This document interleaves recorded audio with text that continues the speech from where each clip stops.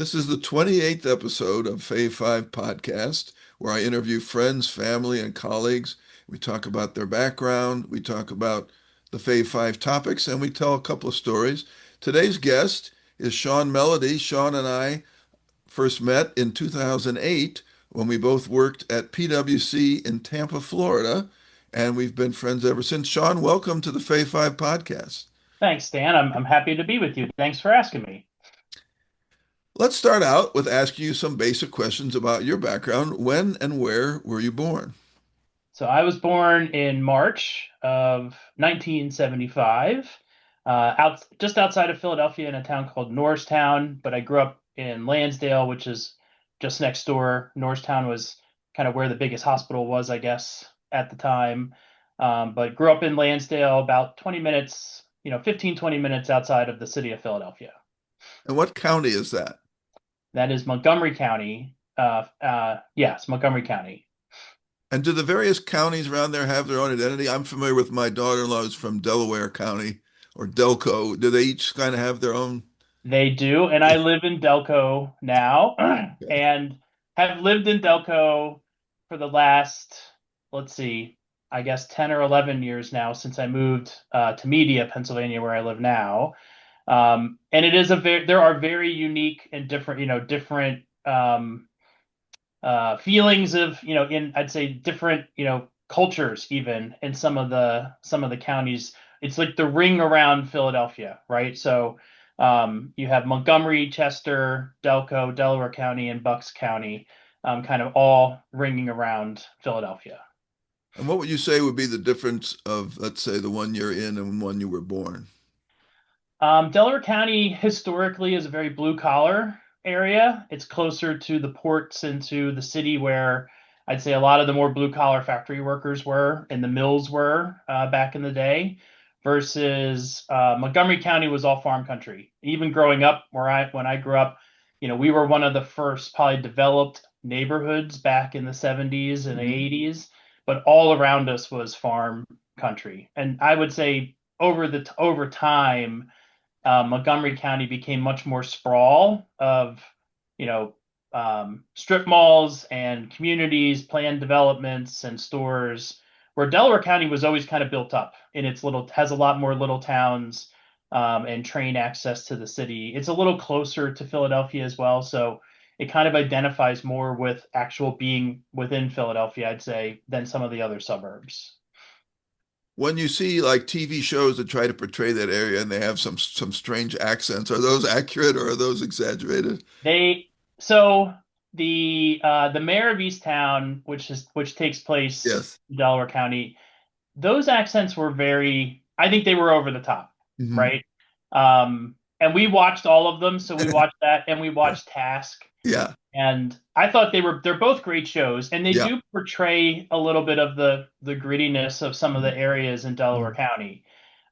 But Task was a little more on point with some Yeah. of their accents. And what's just funny you say this is just yesterday or the other day, we had some friends over for dinner, and I said two words that my wife was like, "Oh, okay, like you are fully, in Delco now because you like I'm throwing out Delco accent that I don't even realize that I still have."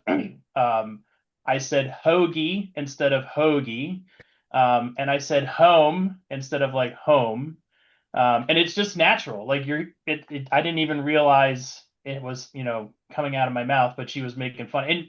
And Lisa, my wife, is from Delaware County originally. Like she grew up Oh, here. okay. So, she's like, "Oh, you're fully assimilated now. Like you can't you can't hide Right. anymore." And how do you say water? So I do say water. I don't say water. Okay. Maybe every once in a while it may trickle out, right?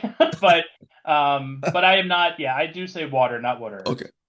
Yeah. What's your ancestry? So my dad is a first generation Irish American, so both his parents are Irish, which is a lot of what we identify with, to be quite honest, with our Mellody last name and kind of working with and knowing our family. We have a lot of first and second cousins in Ireland. My mom is German and something. We don't really know, but her mother immigrated from Germany. So when I did my DNA test with Ancestry, it's a pretty even split between Irish and German. Got it.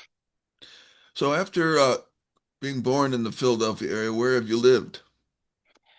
So I lived in Lansdale pretty much all the way through high school. We didn't move as a family. We were always in the kind of the house we grew up in. I went to college in Scranton, Pennsylvania, in Northeast Pennsylvania, which is the home of The Office. For a lot of people know the TV show The Office, but Hmm. it's all is where my family is from. So my dad is from Scranton, and my mom is from a small town called Honesdale, which is just outside of Scranton. I've lived in the city of Philadelphia after college for many years. I lived in Tampa, Florida, as you know, for 4 years, and then moved back to Philadelphia and lived in the city downtown um, for another 5, 6 years before I moved to media, where I've been for the last 10, 11 years now. What was it like having to live in Tampa for 4 years? That's a loaded question. Um, you know, it was a good experience. I'll say I don't regret doing it. Hmm. Um, I think coming back, was there was a reason I came back though, and I met a lot of great people, and I enjoyed my time there. But it wasn't home, and it Florida for me just was didn't fit with kind of what I like to do and who I am. So like I always felt a little out of place Hmm. there. I hated the heat and humidity. I hated it. It gets hot and humid here in Philadelphia, but it wasn't as like pervasive and all the time. Yeah. I didn't miss that. And I'm not a beach person, and it felt like, that was a big part of people's lifestyle down there, and it just, it didn't make sense in the long run. I kind of thought well, we were given, like, I think, as you know, it was a move or lose type of situation at the Mhm. time. So they were reorganizing the knowledge management organization, and you either moved to Tampa to co-locate or your job was eliminated or given, to someone else if you couldn't find something else within the firm. I saw it as an opportunity for change. I had been in Philadelphia for a long time. The partner at the time really sold it pretty well and was like, this could be good for you career wise, take one for the firm type of thing, make that change. And I'd say the first year was great. Second year, I started to realize, yeah, I don't think I'm going to be here forever. And by the third year, I was actively thinking, okay, where do I go next? It wasn't always necessarily back home, to Philadelphia, but I'm not going to stay in Tampa. It just happened to be that, at the time, the partner I was working with in governance, risk, and compliance at PwC was based in Philadelphia, and I had known him from my time in Philadelphia, and he said, "Do you want to come back? You know, we have a role that I think would be a good fit for you." And I took advantage of that and came back. And what did it feel like when you got back? It was it was probably the best decision I ever made. The time when I moved back after Florida, I lived in Old City, Philadelphia, before I left, and then I moved to South Philadelphia when I came back. And the years in when I lived in South Philly are still some of the best years of my life. Like just really enjoyed being in the city, made great friends and neighbors, just had access to everything, food wise and sports wise, like all right there. I just loved being in the city. There are Hmm. days now where I do miss it, Yeah. but I really enjoyed, and it just felt right. Like, how you get back and you're like, this is where Yeah. I'm supposed to be. And this is, my family is all still here. Most of my family is still here or very close. I'm very close we're a small family, so like I'm very close with my cousins. We see each other very regularly. So I missed that as well when I wasn't here. So coming back really kind of solidified that this is where I was supposed to be. Who was in your family when you were growing up? So it's my mom and dad, and I have an older brother, Mike, who's 4 years older than me. And that's it. What did your parents do? So my mom was a beautician. She went to cosmetology school, and so but she worked at Macy's in the perfume department at nights, and then she cut hair of like anyone in the neighborhood. People would come to our house and she would cut their hair in our house. My dad is an accountant and he was in accounting departments and controller for a lot of small organizations and companies kind of all around us in the Philadelphia area for his entire career, pretty much. He only worked at, I want to say, three different companies, so he was pretty lucky staying local Hmm. and, had some very good jobs over the years. When you were in school, when you were young, what did you like to do? I I liked not to be in school. I was I mean, here's the thing, like I was a good student, but I wasn't into school. I liked school, but I liked my friends at school and I liked um the things we would do after school. So, but I wasn't very active in like school activities. I played tennis in high school, but I didn't play any other sports. And so for me, when I was younger, it was really about being with my friends and then the things we would do in the neighborhood afterwards. We were kind of the free range 80s children where we even, during a school day, you came home and left and you came home for dinner, and did your homework after you were outside for a few hours every day. So, um, but yeah, that was, and there's no, I always say to people, I liked college a lot more than I liked high school and others, kind of like secondary education more than my primary education. So what did you and your friends like to do when you were out of school? We fished. We were big, we would fish all the crooks and creeks around our house. We used to hike and go like all over the place. It was still very rural. Sorry, there's like a huge gust of wind here. There's like a storm rolling through. Anyway, we played hockey in the street. We played baseball. We were big model rocket builders. Like we used to build model rockets and launch them in our backyards. We all had very big, spacious yards, and we spent a lot of time out in the woods behind our house and um, riding our bikes and kind of all the things that kids did back then. I guess it was Hmm. you just found something to do, Yeah, you yeah, just you're at other people's houses, but you're always, you always found something to do. right. What did you want to be when you grew up? Um, I think, when I was in high school and started to really think about college and where I was going to go, I was in the AV club and like the TV station in high school, and I always thought maybe I would be in some type of creative role there, maybe doing something in television or movies. And then my parents were very quick to say, no, that's not a very viable career path. Like we aren't going to help with college unless it's a more practical major. So I went into marketing thinking that I would eventually go into advertising. Like I thought I would go into some sort of advertising, creative, arm of advertising. But that didn't end up happening. But but that's what I thought I would end up where I would end up.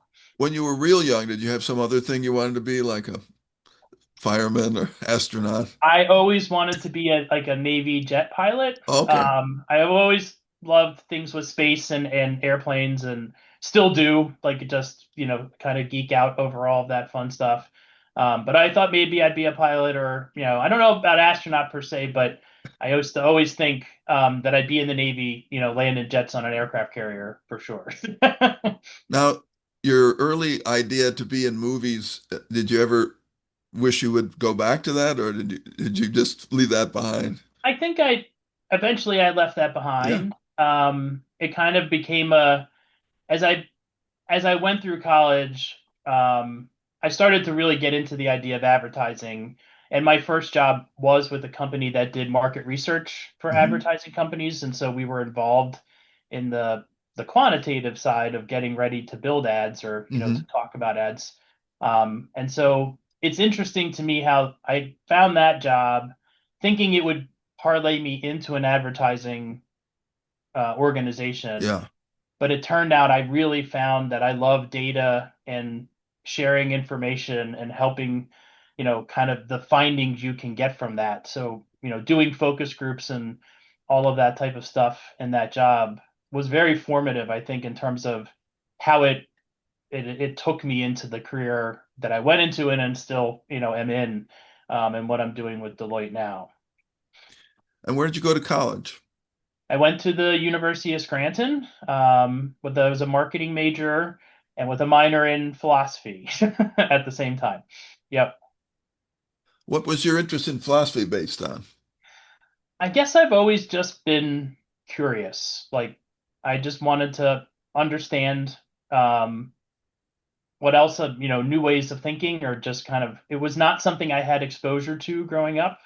I had a few friends who were minoring in like theology and philosophy, so you have to take philosophy and theology at the University of Scranton as a liberal arts college. Hmm. And after the first few, I was just intrigued and thought, well, I want to take more, right? So I made my focus of any of my electives in those topic areas. Okay. And did you end up liking philosophy?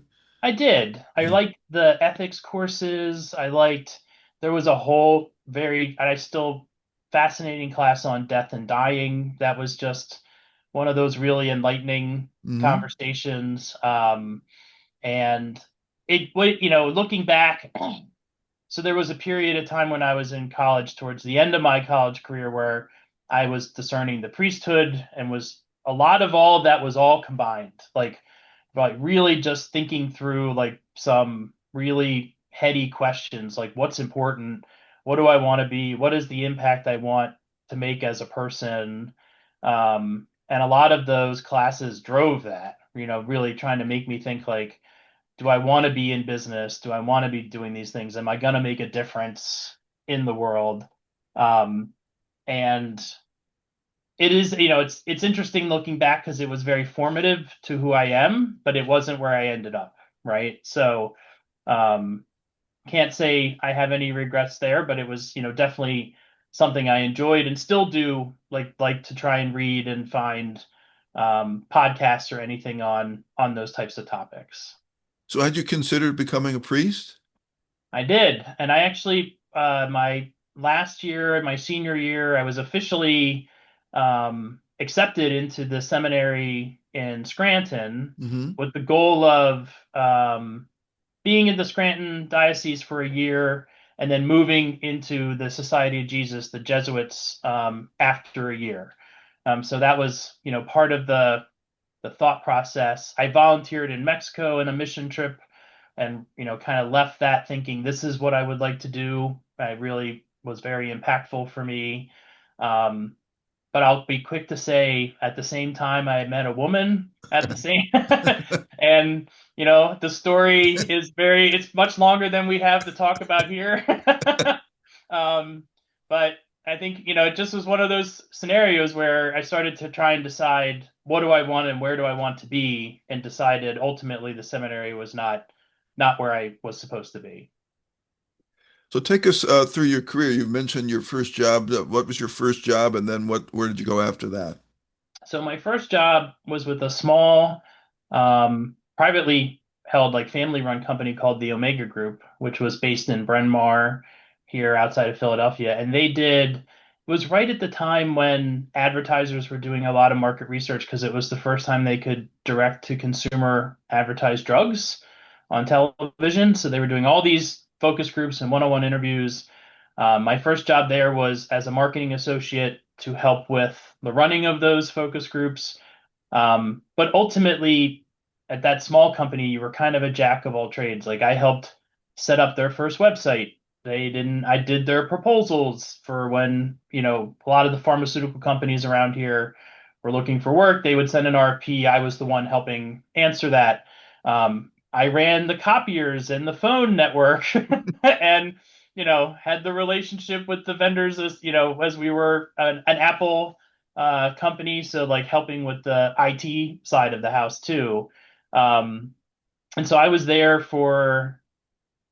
was there for like 5 or 6 years before I ended up finding a job at PricewaterhouseCoopers, which was like a transition to obviously a much bigger organization, but at the time it was a local marketing associate role for the Philadelphia office. So the goal was help with all the events and the marketing and the sales for PwC and their services in the Philadelphia market. But quickly that became a national type of role because I joined right as the Enron Anderson kind of fallout started to happen, and I quickly was involved in. Had these war rooms on pursuits.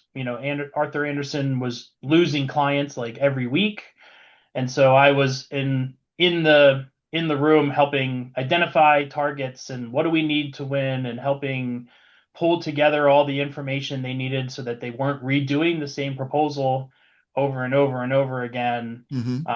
And it was really, you know, reflecting back, it was kind of like I didn't know what knowledge management was then, but it was the fundamentals of, how are we sharing this across the firm? How are we taking what we're learning in one market so the Chicago market could do the same thing, because Hmm. they're all dealing with the same problems. And then that role became a market and competitive intelligence role within PwC, which then eventually became part of knowledge services at PwC, which is where I was relocated down to Florida, and that's where we met. And then I became an official kind of knowledge manager. I left the CI role and I was a knowledge manager for their governance, risk, and compliance group. I also was the knowledge manager for the automotive team, and I was spending time in Detroit. It was always funny to me that I moved to Florida, but I was going to Detroit in the winter and meeting with the partners in Detroit, leaving sunny Florida and going to cold and snowy Detroit. um, but had a lot of good food there.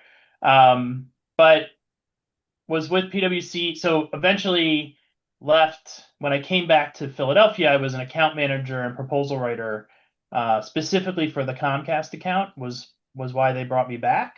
It was when Comcast was doing the right after the merger with NBCU, so it was all the work of going through the combination. So I was an on-site um, business development manager. So I sat in the Comcast office with the account team and helped them with their proposals, and then eventually was working more broadly, kind of back with the Philadelphia market, um, with all their proposal writing, everything from audit and tax and consulting work. And then during the downturn is when that role was eliminated, and I had the summer of Sean, where I tried to figure out what was next and where I was going to go. And that's where you showed me the role at Deloitte, and I applied for the role at Deloitte. I ended up getting the job there. It was a very similar knowledge management role for their governance, risk, and compliance. They called it the integrated market offering at the time. So I joined Deloitte. This is my 15th year there. So it was in September, and have kind of went from different knowledge, different organizations within Deloitte over the last 15 years. From business side and advisory, I helped stand up our cyber center of excellence from a knowledge management perspective globally, as well as our crisis management integrated market offering. And then there was a role that came up for working with the pursuit teams, and I thought, oh, like that's what I loved. I didn't miss doing proposals, but I do enjoy that work in that world. And so took that role supporting the U.S. pursuit centers.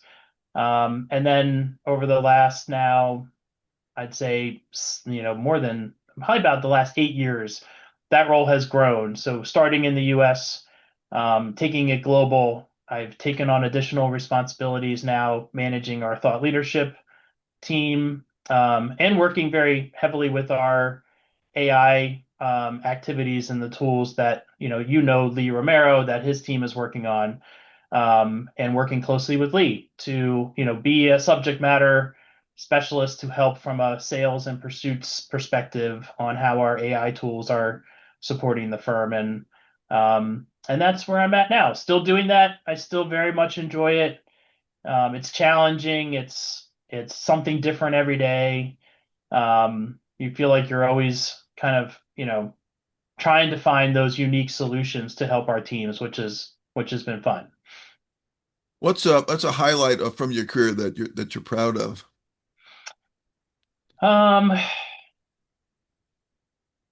I guess there's the main one. when I took on this role with the Pursuit teams, um, we launched a product called Pursuit Access, which was the first global uh, Deloitte is a very matrixed organization, right? So across multiple businesses, multiple geographies, having one place to go and one tool to share anything and everything you need from a proposal standpoint across the firm. We launching that, and we still own it and maintain it to this day. And it's one of the most visited sites in our intranets with thousands of users coming every month. I really feel like we've made a difference there. And I hear from people all the time, like that's where they go, Hmm. their first place they go. And that is always a sense of accomplishment there. Like I think we are saving people time and we are really helping them connect with the information they need on a timely manner. And I'm very proud of that. We have, a great team that has really helped to continue to grow it and maintain it. But it was a battle in the beginning because every firm wanted their own, or every business wanted their own experience, and no one wanted a central tool. They all, no one, that's US centric. No one cared, um, but it really has become known, and I think we have a very good brand around that. Um, and I'm really glad that I was the one who helped us get that moving and to do that. That's quite an accomplishment. When did you first encounter the term knowledge management, and what did you think when you heard it? It was definitely at PwC Hmm. when they brought our competitive intelligence team into the knowledge management organization. I had known of a few other people in our libraries at the time. There was a few law and tax libraries in Philadelphia and in New York, and so what it was just interesting was I found out they were in the same group, right? And I remember thinking, oh, okay, what's the correlation between all the tax law and tax, regulations and books that are in the old libraries to knowledge management? And then, fundamentally, I think as part of when we became part of the organization, they started to train us on what is the fundamentals of, information science and knowledge management, and started to understand it as a discipline and as a function, not just a term that my wife still makes fun of sometimes, like, Right. oh, you manage knowledge. Like, what does that mean? She's an engineer, so like she gets it, but she does like to give me a hard time. I see. When you meet people and you tell them that you're a knowledge manager, like, and they say, "What's that?" What do you tell them? I tell them at the very basis that I help teams connect with information to do their job or to win work specifically. Hmm. I don't get into some of the fundamentals of communities and sharing and all of that. I really Yeah, just say like we help build tools that help people find the information they need. yeah, and they And they and get that. yeah, or, Yeah, and they'll say, "Oh, so you're like in IT, you do the intranet." I'm like, "Well, no, like that's not. We work with them, right? But that is not what I do." Yeah, you know. So, what are some hobbies or interests that you have? I have many hobbies. I'd say the two where I spend the most of my time, I'm a home brewer, so I brew my own beer, and I've been doing that now for over 25 years, for a long time. Have been very active in the homebrew community here in Philadelphia. I was one of the founding members of the Philadelphia Homebrew Club and sat on the board there for a long time. And I formed, myself and a friend, when I moved to media. We started what's called the Band of Media Brewers, which is another homebrew club here in media. I just love, it's weird to say I love beer because that's not it's true, but I like the community aspect Hmm. of being with friends and family and going to a bar, having drinks, and so homebrewing it's just a fun way to tap into a creative side. And it's been really fun. I've met some of now my best friends through those groups, and I'm always known for showing up with beer that I made, or when people come over, there's always some homebrew here at the house. I'm also I love to fly fish. I've been fishing since I was, I don't know, 5 or 6. We had families who had houses on lakes up in northeastern Pennsylvania, so we would fish all the time. But I started fly fishing when I was 16 or 17, and I really haven't looked back. My wife fishes, which is great. Like we fish together. One of my best friends, we travel all over and fish together. And so that's one thing I try and always get out on the summer for a few times. We're going to fish. I'm headed to the Bahamas in a few weeks. We're going to fish in the Bahamas. Those would be the two biggest, kind of hobbies of mine for sure.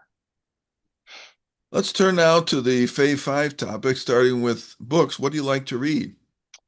So I read a lot about home improvement right now. Hmm. So we bought an old 1860s farmhouse and we've been fixing it up on our own. So that's been kind of taking over a lot of my pleasure reading because I'm trying to teach myself how to do things there so I can save us some money and fix things up on our own. Hmm. But when I do read for pleasure, I like history and like nonfiction, or sorry, yeah, nonfiction books. So a lot of things about the American Revolution. I like reading biographies of like the Ben Franklin biography and some others. I was there was a series of books around the founding of during the Continental Congress that I've read, so I enjoy those types of books. But it's been a while since I've done a lot of leisure reading, to be honest. Do you have a favorite author or book that you would recommend? Not really. Can't nothing that stands out, right? Okay. It's really been a while since I've kind of dug into anything recent. How about a TV show or a movie? Um, well, the most impactful movie I've seen that has kind of driven a lot of my one of my hobbies with fly fishing is A River Runs Through It. Hmm. Watched that movie with a friend and we both thought, well, I've never heard of that. And then we went out and taught ourselves how to fly fish and we haven't looked back. Great book as well. Like I read that book. It was a great Hmm. book and movie. And then other shows, I'm trying to like, I really like The Natural. I'm a big baseball fan. I know you are as well, but I love that movie. And I'm a big fan of the Ted Lasso series on Apple TV. I've watched it numerous times. I just think it's funny, it's thoughtful, like it's a little bit of everything. I've always found that show to be very fun. All right, we know that you're interested in the next topic. What do you like to eat? Yeah, so you and I talk a lot about this, and we share a love of finding new food and fun food in places we visit. So I'm obsessed right now with pizza in general. I think pizza is my favorite food in general, but um, I I love a good New York style pizza. I bought a pizza oven a few years ago. I have an outdoor dual fuel pizza oven, so I cook a lot of pizza now at home. So I like seeking out like new and fun pizza. I think everyone thinks you're from Philadelphia, you're a big cheesesteak fan, which I guess, yes, I'm not going to turn down a good cheesesteak. Um, but for me, I like trying new food. So to be honest, like I like anything that's regional or that I can't find or don't get and want to try something new. So a lot of our vacations in the past and travels sometimes are geared around when we go to a new place. I'm always researching where are we going to eat and what brewery are we going to visit at the same. So I'm always looking for something new and different and a new experience through that as well. So, what kind of pizza, what style of pizza is your favorite? So growing up, so my family is from Scranton, and there's a town next door to Scranton called Old Forge. And there's a sign in Old Forge that says Old Forge, pizza capital of the world, right? Old Ford's Pizza is its own style of pizza. It's square pizza. It looks on the surface a little bit like an Elio's pizza. Not, you know, it's not fancy, right? It's served on a tray, like a lunch tray, a plastic tray when you go to some of the places in town. It's a thinner crust than a Sicilian, but a thicker crust than say a New York style, but not Hmm. as airy as like a Detroit style, Okay. right? Um, and by far, I love that pizza. Like it is just, it's comfort food for me from growing up because we would get it when we would go to visit family in Scranton. We used to go to Old Forge pizza places every Friday during Lent when we were in college. And there's nothing like these old school bars where you're getting pitchers of beer and eating these, with all your friends and, you're getting 8 trays of pizza. It's just so much fun. And that pizza is delicious. Like you don't see it regionally outside of Pennsylvania, Yeah. but it's really good. I can replicate it almost at home. But it's all about the cheese mixture and like what cheese you use. So that's the secret sauce. But Okay. that's my favorite. And followed very quickly by just like a standard New York style pizza, which I always like. And what are your go-to toppings? I like just plain cheese as Hmm. a base.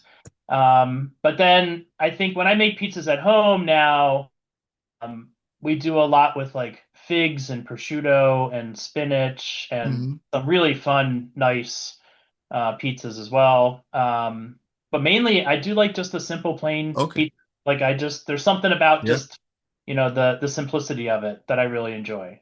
And what are the kinds of cheese that go into a Scranton that make it unique? It's a brick style Hmm. cheese, so Hmm. from Wisconsin, right? Yeah. But it's not the aged brick. So Okay. there's an aged brick, which is a little funky, but Yeah. there's a younger brick, which is Okay. a form of an American cheese, but it Hmm. melts very well. And it's a mixture of like brick and cheddar, uh, that's on Old Forge pizza. There's usually not any mozzarella or very little mozzarella on Old Forge pizza. So if I were to come visit you, where would you take me if we were going out to eat? Well, if you wanted a cheesesteak, we would go downtown and probably go to John's Roast Pork. And I'd probably convince you to split. We'd get a cheesesteak and a roast pork, and we Yeah. would have one of each. And then, so in the town I live in Media, which is a little walkable main street, there's a really good like farm to table restaurant that we really enjoy as well. So honestly, I'd probably take you there because it's one of the better, really nice food. All the local farms, like everything nearby, we try and support our local farms at the farmers market as well. And so I always like to take people there because you can eat well there and feel like you're eating at like a more like fancy fine dining, but it's really kind of like simple food as well. You mentioned the roast pork. Why do you think that the roast pork doesn't get as much attention as the cheesesteak? I think it's because you can go to any pizza place in this region and they will all have cheesesteaks. They don't all have roast pork. So the cheesesteak is just more prevalent. Hmm. Yeah, but the roast pork is better. Like I think roast pork sandwiches are better. But I don't know why. I think maybe it's just you know, these restaurants, it's easier to do a cheesesteak than to Hmm. keep pork stewing all day, right? Yeah. So I think maybe that's why. And I think sometimes things just stick in terms of um, this, sandwich becoming iconic with Philadelphia. Yeah. But when you're a local, everyone knows right away, like which place to go to or not. But also, oh, but you really should go and have the roast pork. Yeah. Do Philadelphia natives like them equally well? I think so. Yeah. Yeah, I think everyone I know for sure. Like it's we have family who come visit from Ireland and we'll take them down to Reading Terminal Mhm. Market and Yeah. they always want to get a cheesesteak. And any one of us, we don't get a cheesesteak. We get Yeah. roast pork. Yeah. Yeah. Got it. Yeah. Moving to music, what's a favorite song or musician or album? Um, I think there's a band called The Lone Bellow, which is an Americana trio. Yeah. And we are big fans of theirs and have seen them live a ton, have done some VIP shows with them. During the pandemic, I reached out to the lead singer. He was doing like online concerts because since they weren't touring, so we did an online concert with him. I just love their music. Nothing, not any song in particular, but Hmm. I love the harmony and the songwriting and the lyrics of their songs. We listen to them a lot. Yeah. They're definitely a favorite. What was the first record you bought? So, um, so music it's always been kind of a big part of our family, like growing up, and I can remember lying on the floor listening to my parents' eight tracks with like those big headphones. And it was all Beatles and Neil Diamond. Like we listened to like a lot of Beatles and Neil Diamond. But I think if I'm remembering correctly, the first album I bought was a Styx cassette with the song Mr. Roboto. I was obsessed with the song Mr. Roboto. I was Yep. probably like 6 or 7, Okay. you know, and I can remember listening to that cassette over and over and over again to the point where like my parents would like yell at me to stop because I was just Yeah. blasting it. It was the only tape I had, but it was, I'm pretty sure it was the Yeah. first one I bought. What was the last concert that you went to? Oh, we saw David Byrne from the Talking Heads. He's on a solo tour, and he's been doing these really like highly choreographed tours with a lot of multimedia.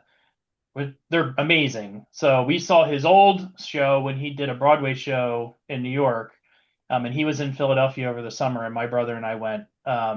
It was awesome. It's definitely one of the top five concert experiences I've had. He's amazing. He sounds great, and the music was. He played all the Talking Heads hits, and he played his stuff. Like Yeah. it was a good time. Oh, wow. All right, on to sports. What sports do you enjoy watching? Well, I am a big baseball fan. I think, as you know, it's really the only sport I follow most of Philly sports. But I really live and breathe the Phillies. Um, we have been Phillies season ticket holders since I moved back from Florida. We have a ticket package for every Sunday home game and some other games throughout the season. And it's been, oh yeah, you know, I watch when a lot of people ask, what are we watching? My poor wife, like we watch a lot of baseball. You know, I, I'm either watching it or checking it if we're not watching it throughout the week. So we're watching them almost every day. Now, the Phillies have been pretty good recently, but they haven't gone far. What do you make of that? Now, I think, this is a loaded question because, you know, when they made the World Series now, what was that, 3 years ago, 4 years ago? That was a shock, right? Like they weren't supposed to go as far, Hmm. and the team wasn't as good, but they went all the way to the World Series and they lost. That season is still one of the best seasons outside of when they won in 2008 for me. It was amazing. And the expectations every year since have been so high in this city. Um, it's been really hard to pinpoint why they seem to fall apart. Every year they're losing earlier and earlier. And we have all this star power and we have all this money being spent. Um, and it's it's really for me as a fan, it's a little disheartening because I feel like they are good. Like I think they're good enough. Like I really do think this year especially they were good enough. And they had brought all the right pieces with some of what they were missing. But for some reason their batting like falls apart during the postseason. Um, they just can't hit. It's like those pitchers have them and they know they're all swinging for home runs. They're not always just trying to play small ball. Like they're all thinking of the big moment because they're all big stars. And Yeah, I think they're all trying to be the savior and hit a home run when all they really need to do is hit the ball. Like the number of right. times they probably just yell at the TV, just hit the ball. Um, I think that's part of their biggest problem is just they're all trying to be, you know, hitting that big ball, that big game, and instead of just getting on base and scoring runs. I'd agree with that. Do you have a favorite athlete? I think I from the 2008 Phillies or the early 2000 Phillies, Jimmy Rollins is still my favorite Mhm. player. I just think was amazing as a Philly. He was dynamic. He was fun to watch. Like he was great. He still is. Like he's fun when he shows up in Philadelphia. He's probably still my favorite Philly over time. How about a favorite sports memory? So when the Phillies were in the World Series in 2008, I was still living in Tampa, and they played the Tampa Bay Rays, That's and right. my friend, and I think you may remember Bill Patterson, who's also from Philadelphia, who was working with PwC as well. So game one of the World Series, we walked up to the stadium and bought tickets. And we just bought face value World Series tickets and we were astonished. Like we thought we were going to be scalping, Yeah. you know, and everyone was telling us, "Oh no, there's still tickets available." And we thought that can't be like, it's got to be sold out. Um, but we got tickets in right field. We were there for game one. We had great seats. We paid normal prices. And then we were on TV.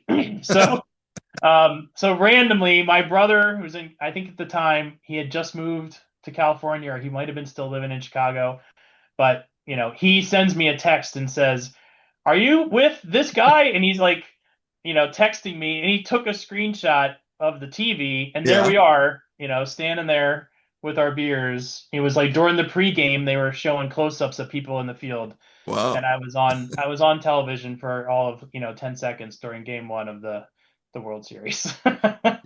You, if you're in right field, you don't often make it on the TV, do you? I know they must have just been scanning for, Right. probably the only people in Phillies jerseys, right? So Right. that's how they found us and they kept us on the screen. Were you dressed in Philly gear? Yep. Yep, for Okay. sure. Yeah. Yep. All right. The last topic is humor. Do you have a favorite comedian or comedy film or TV show?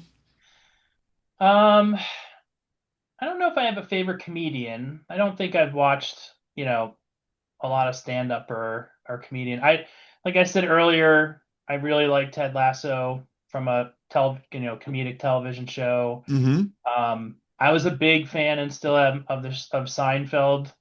Loved that show, still do. I Yeah. think any of those are still topical. Like you can watch any of them and it's like you wouldn't even know it was that long ago. Right. Like they're still funny. We still Yeah. quote them Mm-hmm. all the time. Yes. So I think those would be my favorites. Okay. Who's the best at making you laugh and who are you able to crack up? My wife can make me laugh, I think, which is one of the reasons I love her, but her sense of humor is just, I love it. Like Yeah. she's crazy and not like we just have so much fun, but she can really make me laugh over pretty much anything.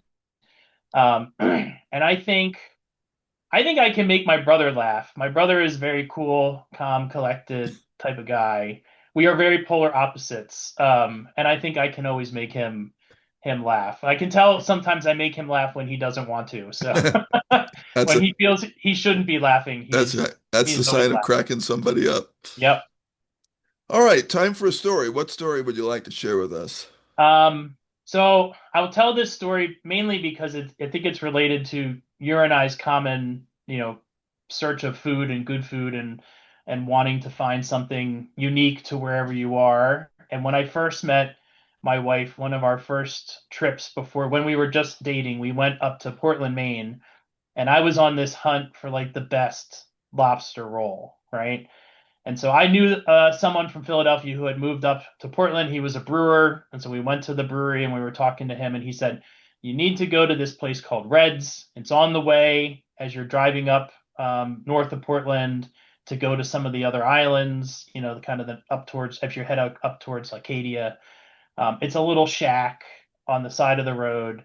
He said, "But if you get there and the line is further than around the building, don't stop because you most likely won't get a sandwich. Like they will sell out or you'll be waiting forever." So we drive up, and when you know, the line is right at the end of the building, like right at the corner. And so I say, "We're getting in line." Like it's not past the building, like it's right at the corner. So we get in line. I think we waited an hour and a half. It might have been closer to 2 hours. Like it was a long wait. Yeah. And the whole time, uh, Lisa's complaining. Like, how good, and making friends with a few people on the Yeah. line. Like, Yeah. how good is this? Is it really worth it? Yeah. Like, is there any other, what if I want to walk away? Um, so we do get our lobster rolls, and they were delicious. Like, they were outstanding. Um, and afterwards, she looks at me and says, "We are never waiting 2 hours for food ever again." And I said, and basically, I was like, what do you mean? Like, this was an experience. Like, we met all these people. Like, we Yeah. had fun." And Yeah. she was like, no food is worth waiting 2 hours for. And that story has been brought up so many times over the years because when we travel, I will say, "Oh, we need to go to wherever, this place to try this." And she will say, "Is it like a Reds experience? Are we waiting 2 hours in line?"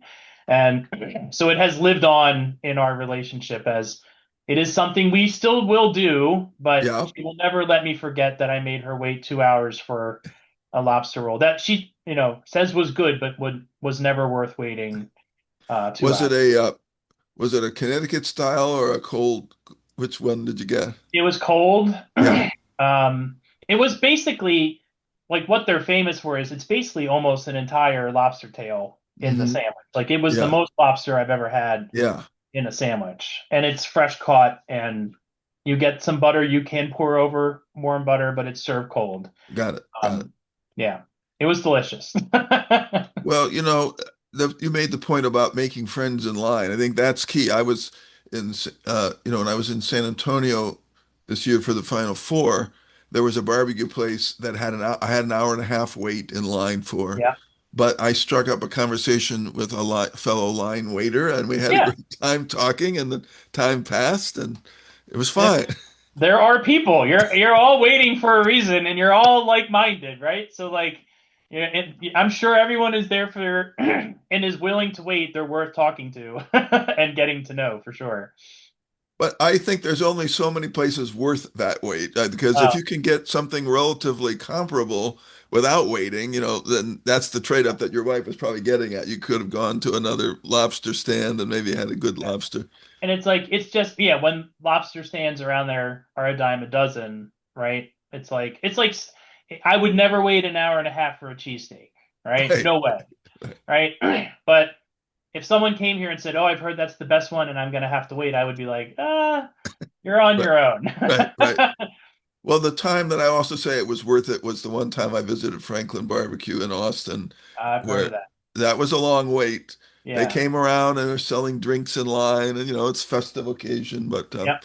they come off and they cut off the line. They ask everybody how much are you planning to get, and they Yep. cut off the line based on when they think they're going to run out. Oh wow. But since that time, so that was where we waited for hours, but it was great. But Yeah. but now I understand if you place an order in advance, you can go pick it up and not Oh, wait, but you can't eat it there. You have to take it okay. somewhere else. So if you don't want the full experience, Yeah. my strategy I thought was we'll try to go right around the time they close and see if there's anything left that they didn't estimate correctly. Right. I mean, some things are worth the hype, and some things it is just hype. Right, But I exactly. don't know, it's part of the experience, and I think food is very communal, and when you get to meet people and have fun like that, that's just part of it too. So I've always enjoyed it. There was a time when we went to Smoke, which is a nice barbecue restaurant in the Chicago area, and I got up to the front and I was ordering, and I ordered some sausage, and they said, um, "We're out of sausage right now." And so I didn't get the sausages, but it's communal table sitting. We're sitting next to, so someone else comes and sits down next to me. I notice they have some sausage, and I go, "Oh wow, they got the sausage again. Yeah. Would you like some?" I go, Oh, "Yeah." well, yeah, yeah, of course. Well, to me, that's the spirit of barbecue. Yep, that Well, is. my story is about us when we went on a little food crawl together in Philly. Yep, I forget exactly. I was there for some reason or other, probably a meeting with Deloitte, and you may yep. have still been at PwC at the time before you came to Deloitte. But we met up, and you took me to several places. I think we went to Jim's for a steak Mhm. and went to a couple other places. But I remember just really enjoying all three places we went. And it's not everyone who will enjoy a food crawl. Some of them, the Right? idea is mysterious to them. They don't get Yep. it. I've taken friends of mine on food crawls where they can't even make it past the second place. They're full. Yep. But to me, a food crawl is at least three places and Yes, I agree. sometimes more. Yep. And if you understand the idea of how to pace yourself and how to share, it can be a great experience. Do you still do any food crawls? So we did a food crawl in Austin a few years back. We did a few outside of Austin. There was a town where they have a bunch of barbecue places, and we did two there. And then we went to, and I'm gonna forget the name of the famous one that's outside of Austin. Well, did you go to Uh, Lockhart? yeah, we went to Lockhart, and there Okay. were two places there, and then we Yeah. went to a third place. Yuling? Yes, Okay. yeah. And so we did all of those, All and those. and it was like we definitely felt we overdid it, but I had some of the best barbecue. We had so much fun. But it was the first time I ever had smoked prime rib, which was a game changer. Like that was amazing. Yeah. Yeah. Um, and we used to do a thing in Philadelphia when I first moved back with some of my best friends who we're going away with in a few weeks, and we would call it Philly Roulette. And it would be everyone had a destination. You could not say no to what they picked. And they were almost all food related. So you would end up at this bar for some snack, Reading Terminal for something else, Hmm. some other, place for ice cream, whatever it may be. And we would kind of walk and bus our way around Philadelphia and eat all the food and tourist stuff that you would normally not get to. And those were great days. Like it was, and then you'd end up the end of the day at a bar and hang out and like we'd watch whatever was on TV, sports wise. But we've done those a bunch of times and they're always a good time as well. Yeah. I've invited you. I think you joined this group. It's on Facebook for the Road Food Yep. Crawl Forum. And if you're game, you should join us for one of those. The next year it's going to be in Milwaukee, but every year Okay. they take a vote and they go to another city. So you'd be probably enjoying that along with me. I would love that. I'll follow along for sure. We'll have to see if it will work out. Okay, great. Well, Sean, anything else you'd like to say before we wrap up today? No, I'll say it's great that you and I reconnected. It was just really great to see you when we were in DC and have this opportunity to chat. And let's stay in touch. Okay. This Okay. is really great. Let's stay in touch. Well, thanks a lot for joining me, Sean. Appreciate it. Enjoyed the discussion. Look forward to sharing some food with you in the Yep. future. All right. Definitely, Stan. Have a good All right. holiday. You too. Okay. All right. Bye. Take care.